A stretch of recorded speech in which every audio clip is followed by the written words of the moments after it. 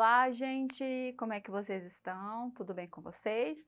Eu sou a professora Keila, professora de História, e vamos aí discutir mais um assunto da nossa disciplina, ok? Nós estamos, nesse momento de retomada e o nosso assunto de hoje também é um assunto que vocês viram ano passado, lá no nono ano, que são os regimes totalitários, esses governos totalitários aí, que tiveram uma grande importância para que eclodisse, então aí a Segunda Guerra Mundial, ok, pessoal? Pessoal, então vamos lá. Quando a gente fala de governos totalitários, regimes totalitários, duas figuras históricas nos vêm, à cabeça, e são duas figuras que são mais expressivas, quando se fala desse governo. A gente tem aí que salientar que não são somente esses dois aí que foram, exerceram esse tipo de governo, mas são os mais conhecidos, que é o Mussolini na Itália e o Hitler, Adolfo Hitler, aí então na Alemanha, tá? Então nós vamos ter essas duas figuras históricas, que juntas vão propagar ideias, ideologias aí bem complicadas para a sociedade, tá? Para a população. Mas então vamos lá aos antecedentes, desses governos totalitários. A gente tem a década de 1920, como uma década onde a gente tem aí o crescimento das democracias liberais, E aí o que a gente vai ter? Então, para contrabalancear essas democracias liberais que estão emergindo, a gente vai ter o recuo do liberalismo, desse individualismo, e então a gente vai ter a ascensão desses regimes totalitários. E aí, então, o que seria, então, esse regime totalitário, Esse totalitarismo é um regime político marcado por um Estado forte que busca estender o seu poder sobre todos os setores da sociedade, pessoal, todos os setores, Supondo, então, alcançar a completa submissão dos indivíduos. E aí, para a gente, caracterizar esse regime totalitarista, totalitário, a gente tem uma frase aí do Benito Mussolini, que então é aí o chefe da Itália, nessa figura então aí fascista, que ele diz assim: tudo no Estado, nada contra o Estado e nada fora do Estado, Então ele resume esse regime onde tudo, na verdade, faz parte do Estado e o individualismo então aí não tem vez, ok, pessoal? Então nós temos aí características, desses estados totalitários.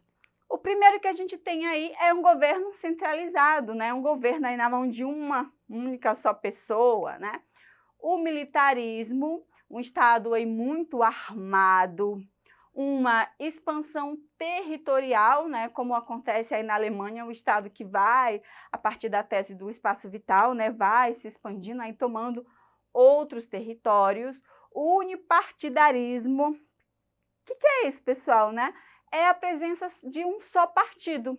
Não existe outro partido, não existe oposição, apenas um partido político. E essa é uma característica muito forte, tá, desses regimes totalitários, Apenas um partido. Antiliberal e anticomunista, a gente tem também essas ideias comunistas aí como inimigas, E o liberalismo também, como a gente viu.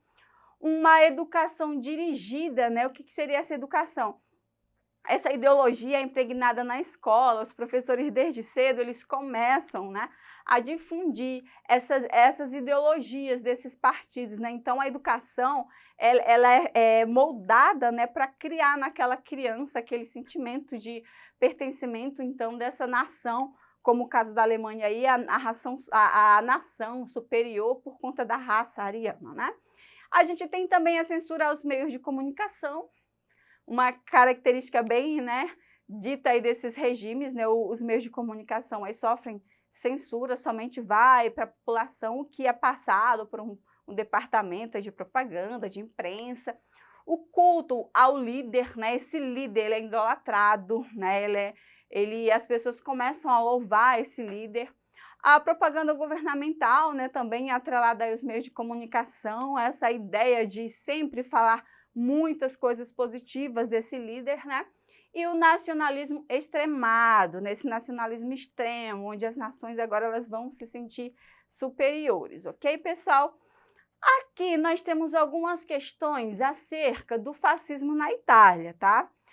Depois vocês vão pesquisar melhor sobre isso, né, por conta do tempo, como eu sempre falo, mas assim, só algumas características para a gente ver como é que se tem a ascensão desse país, né, desse governo, então, tá, pessoal? A gente tem aí a Itália que sai da Primeira Guerra Mundial com um saldo muito grande de mortos, né, de feridos, com dívidas, e aí a gente tem um ambiente propício, né, para essas ideias, né, elas serem implementadas, serem difundidas, que é um ambiente de crise, né, de questão econômica muito latente. Então a gente tem o Benito Mussolini, né, que ele é de 1883 a 1945, quando ele morre, aí a gente já tem, né, o final da Segunda Guerra Mundial. Ele tem questões pessoais, havia pertencido ao Partido Socialista Italiano, né? Ele cria, então, esquadrões de combate, Partido Nacional Fascista, e o governo dele é dividido, então, em duas fases, né? A primeira e a segunda. A primeira, onde a gente tem a questão desses esquadrões, essa parte do exército muito mais forte, e a segunda, então, quando a gente tem, de fato, essa ditadura, tá, pessoal? Imposição à sociedade, né? A doutrina fascista é essa imposição que a sociedade tem que fazer, né? Por meio, então, aí, principalmente da educação pública. No campo econômico, o Estado fascista estimulou o crescimento, né, o fortalecimento da indústria, né, dessa indústria, por conta, então, como eu disse para vocês, da guerra. A gente tem também as ideias socialistas, né, por conta da Revolução Russa, que começam, né, a serem difundidas por operários. Então, isso tudo vai fazer com que industriais, banqueiros, as pessoas que não queriam, né, ter esses seus lugares questionados, apoiassem, então, aí o fascismo, tá, pessoal?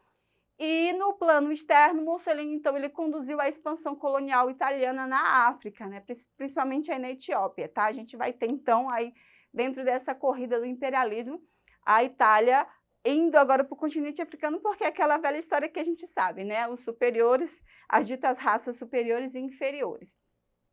Com relação à ideologia fascista, a gente vai ter, né, como lema principal, né, essa questão do indivíduo, que deveria ser submisso, então, a essas necessidades do Estado, que se tornaria, então, uma instituição poderosa, capaz de controlar a vida pública e privada, né? Como eu disse sempre aqui, não temos aí o individualismo. E aí, então, a gente vai para o nazismo na Alemanha, né? Que aí a gente tem também um contexto histórico. Após a Primeira Guerra, a Alemanha está humilhada, derrotada, né? A gente tem a questão das dívidas, né? A gente tem a República de Weimar, né? Que o Hitler vai utilizar. A gente tem greves por conta dessa situação também da Alemanha, greves comunistas aqui também, seguindo aí as ideias revolucionárias aí da União Soviética. E a gente tem o partido nazista, nazis, né? Que aí, incrível que pareça, no início a gente tem o nome socialista, então, nesse partido, tá, pessoal? Então, temos o Adolfo Hitler, né? Que também morre em 1945, né? Na história tem várias teorias de conspiração por conta do corpo dele, que não foi achado, né? Mas isso aí é outra história, tá? Então, a gente tem ele filiado ao Partido dos Trabalhadores, né? Ele se torna chanceler, então, de 1933, do Terceiro Reich, e aí a gente vai ter também essa propaganda de massa e essa violência opressiva, aí, principalmente contra os opositores, né? Em 1934, o chanceler Hitler assume a presidência do país, então tornando-se esse chefe supremo, né? O Führer, que aí ele vai ser conhecido na Alemanha. E aí, com relação ao plano econômico, Hitler ele vai dedicar-se à reabilitação do país, né? No plano externo, ele militarizou o país e inicia também essa sua política de expansão na Europa, tá? E aí a gente, inicialmente pela Áustria e depois em outros países, como eu disse, a gente vai ter, por conta dessas expansões, também aí a Segunda Guerra Mundial, ok, pessoal? Com relação à doutrina nazista, a gente vai ter um livro muito importante que ele escreve quando ele é preso, né? Por conta desses episódios que ele se envolve, ele vai ser preso durante um tempo, ele vai escrever um livro chamado Minha Luta, Mein Kampf, né? Que lá ele vai trazer essas ideias autoritárias e pseudocientíficas, que vão tratar dessa superioridade da raça ariana, o antissemitismo, né, esse ódio, o extermínio aí aos judeus, esse Estado forte, né, e esse expansionismo. Aí a gente tem, né, uma frasezinha aí, um trecho do livro do Hitler, que ele diz assim: O povo alemão hoje destruído, morrendo, entregue, sem defesa, aos pontapés do resto do mundo, tem absoluta necessidade da força que a confiança em si proporciona. Todo o sistema educacional deve ter como objetivo dar às crianças do nosso povo a certeza de que são absolutamente superiores aos outros povos, né? Então, aí a gente já tem aí essa ideia que vai trazer dessa superioridade, tá? Pessoal, então a gente tem a difusão desse totalitarismo pelo mundo. A gente não vai ter tempo de falar aqui muito sobre isso, né? Mas a gente vai ter na Espanha a ditadura de Franco, tá? Que vai de 1936 a 1975, também um estado aí totalitário esse período. Em Portugal, nós vamos ter a ditadura de Salazar, de 1933 a 1968, também, né? E aqui no Brasil a gente vai ter também essa influência, né, desse totalitarismo com os integralistas e o Estado Novo, de 1937 a 46, ok, pessoal? Onde essas ideias elas vão ser propagadas. Então, vamos lá para o nosso exercitando, uma questão do Enem. Os regimes totalitários da primeira metade do século XX apoiaram-se fortemente na mobilização da juventude em torno da defesa de ideias grandiosas para o futuro da nação.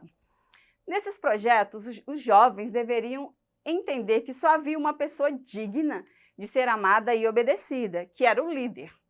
Tais movimentos sociais juvenis contribuíram para a implementação e a sustentação do nazismo na Alemanha e do fascismo na Itália, Espanha e Portugal.